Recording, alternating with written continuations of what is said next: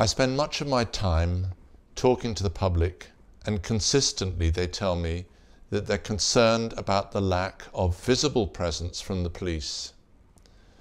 Nearly every conversation that I have with police officers and police staff returns to the loss of resources, meaning that the thin blue line is getting thinner. Yet I'm also conscious that when I visit major cities of the UK, police presence is much more evident. Just stand on any major street in central London, or indeed in Manchester, Birmingham or Leeds, and I'm certain that you will see visible policing within a matter of minutes. I just couldn't work this out. Devon and Cornwall is an efficient police force, so why are we so different down here? One of the key answers to my rhetorical question lies in the Home Office funding formula for policing. I won't bore you with the expert's definition, but the short and clearest description of the formula used to allocate government money to police forces is that it's opaque, it's wrong-headed, and it disadvantages forces like Devon and Cornwall in a range of damaging ways. For example, the funding formula provides extra money for those forces that have daily visitors or commuters entering and leaving their area. This is great for the Metropolitan Police as they get additional money for the 1.2 million daily commuters. This is true for all the major cities. In Devon and Cornwall, we get 50 million day visits a year, equating to an average of 14,000 per day. However, we also welcome 10 million staying visitors every year. Our resident population swells by up to 20% in the summer months. This is the equivalent of a second Plymouth, and yet the funding formula provides no extra money for policing. Don't get me wrong, these visitors are most welcome to come and share our beautiful counties. Indeed, they are vital to our economy. But it's nonsense to suggest that people on holiday do not place an additional burden on our policing services. Whether that's through young people coming to places like Newquay or families visiting our tourist destinations, demand on the thin blue line, already high as a result of the changing nature of crime, is overstretched.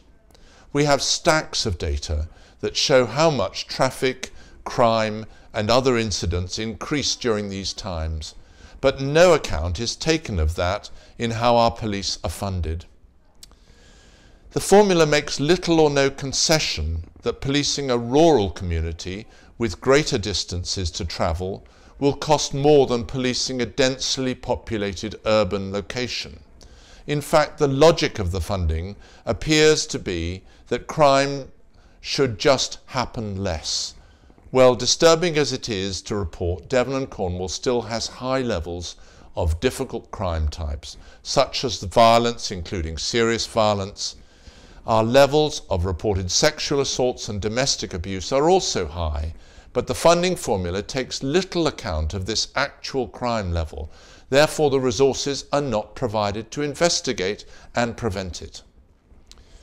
The real scandal of the funding formula is that the national policing budget is neither government money nor Home Office money. It's your money raised through your taxes. So Devon and Cornwall taxpayers end up paying twice. Policing is funded by two sources. The first is via general taxation, calculated using the funding formula and delivered by the Home Office. The second is raised by me through your council tax precept. In Devon and Cornwall, even though your level of precept, as a percentage of the total cost of policing, is below the national average, you pay 39% of the total cost of your local force costs.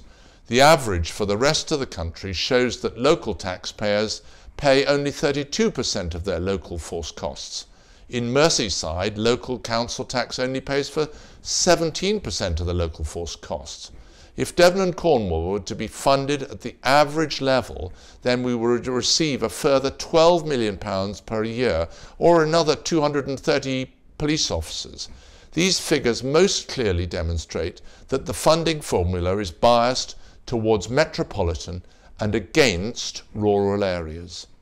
The Home Office is currently reviewing the funding formula, and it's time to make the voice of the South West heard.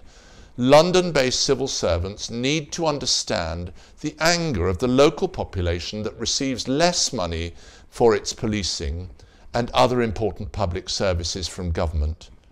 In times of plenty, this bias is not as keenly felt, but in these times of austerity, it's vital that we receive our fair share. I hope that I can count on your support to ensure that Devon and Cornwall receives a fair share of funding for the local police force. I'm therefore delighted to be partnering with the Western Morning News in this campaign to achieve fair funding. Over the coming weeks, the Western Morning News and my office will be keeping you up to date with how the campaign is doing and letting you know how you can help.